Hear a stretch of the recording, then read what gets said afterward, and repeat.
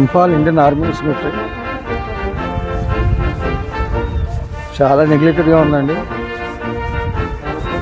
అదే మనం కొహిమలా చూస్తే బ్రహ్మాండంగా ఏర్పాటు చేశారు. ఇక్కడ 1939, 1944 మధ్య యుద్ధంలో మరణించిన ఇండియన్ ఆర్మీకి సంబంధించిన జవాన్లు, ఆఫీసర్ల యొక్క సమాధులు ఉన్నాయి. దాదాపు 1600 ఉన్నాయి ఇక్కడ. కానీ దీనికి మెయింటెనెన్స్ సరిగ్గా లేదు. ఇది నెగ్లెక్ట్ చేయబడిందని నాకు అనిపిస్తుంది.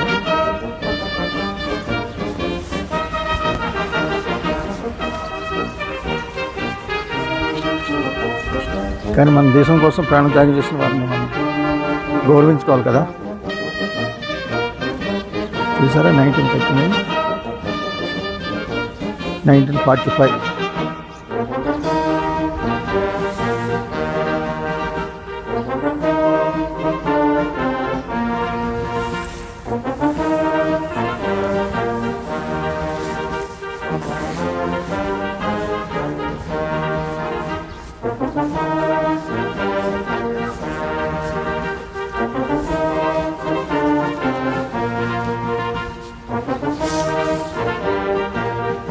ఇక్కడ కూడా సమాధులు ఉన్నాయండి.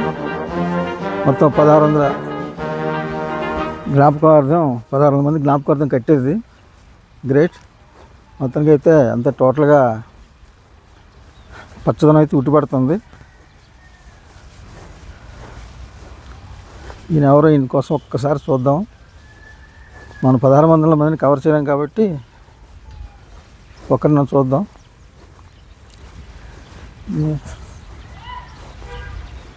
Zahoor, royal Indian army service corps, 29th February 1944, age 25 years. చూసారా?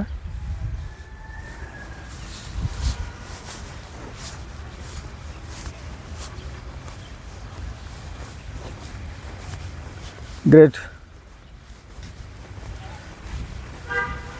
వీళ్ళందరికీ మనం సెల్యూట్ కొట్టాలండి. వీళ్ళకి మన దేశం కోసం ప్రాణత్యాగం చేశారు చిన్న వయసులో. చాలామంది 18 ఏళ్ళ వాళ్ళుగా కుర్రోళ్ళు కూడా ఉన్నారండి. 18 ఏళ్ళు, 19 ఏళ్ళు, 20, 22 వీళ్ళే ఎక్కువ ఉన్నారు. మనకు తెలీదు ఎంతమంది ఈ దేశం కోసం పోరాటం చేశారో.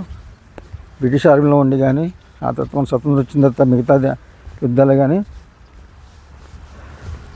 మన దేశం కోసం పోరాడిన వీళ్ళందరికీ మనం నమస్కారం చేయాల్సిందే. వాళ్ళ వల్ల ఈరోజు మనం చాలా సంతోషంగా, ధైర్యంగా బతుకుతున్నాం.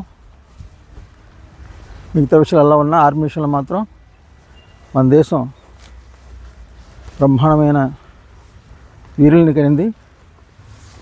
భారత మాతకి జై. హిందుస్థాన్ జిందాబాద్, హిందుస్థాన్ జిందాబాద్, హిందుస్థాన్ జిందాబాద్, హిందుస్థాన్ జిందాబాద్,